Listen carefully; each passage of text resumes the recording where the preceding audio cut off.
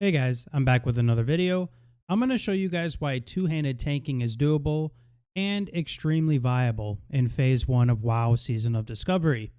I've had a lot of pushback and honestly a lot of hate in my video where I was telling people to ditch Sword and Shield and ditch leveling protection, especially when you're running 5-man dungeons. But I wanted to show you guys some footage, my build, runes, and of course my tanking Parses as a two-handed warrior tank. Now, to reiterate why I prefer two-handed tanking instead of sword and board, you never have to worry about rage generation.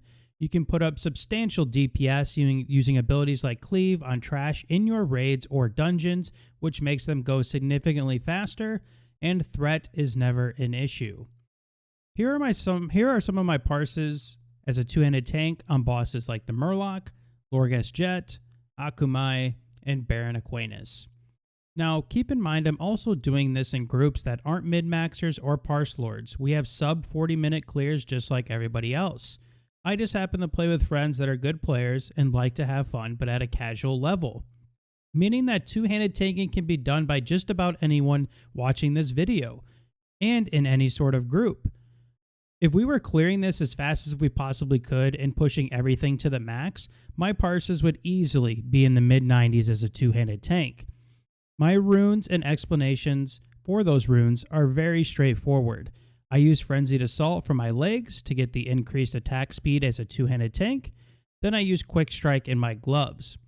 Now, why I like Quick Strike is pretty simple. It's an instant attack, unlike Heroic Strike, and it can also proc Wind Fury. Finally, I use Flagellation. I just mix that up, but that's okay for my chest rune because the attack power bonus is huge for the start of a boss fight and helps with the threat generation. I do understand, I promise I do understand what people are saying about Devastate and why it can be a useful rune. But you need to have a shield equipped, and obviously I'm not doing that, and 5 Sunders up, to max out its potential DPS. But with the way people are killing bosses and blowing up 5-mans nowadays, you don't really get to see its full benefits very often. You just don't get 5 Sunders up before the mob's even dead. Now for my talents, again, there's absolutely no reason you should be putting points in the protection tree right now. You should be going arms, and your build should be something like this.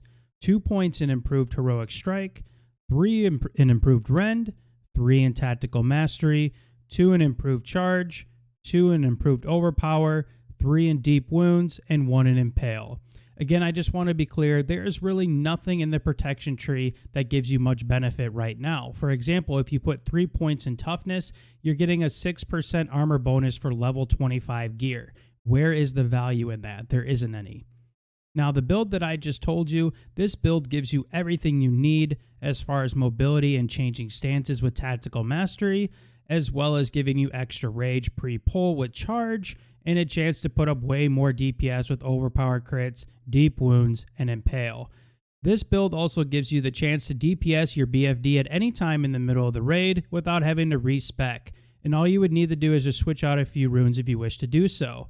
Being able to be flexible in a raid will get you a greater chance of getting invited back next time, or just a permanent spot. I hope you guys enjoyed the video and found this information useful, so now you can go out there and blast with a two-hander and have fun doing so. Be sure to subscribe, and I'll see you guys another time.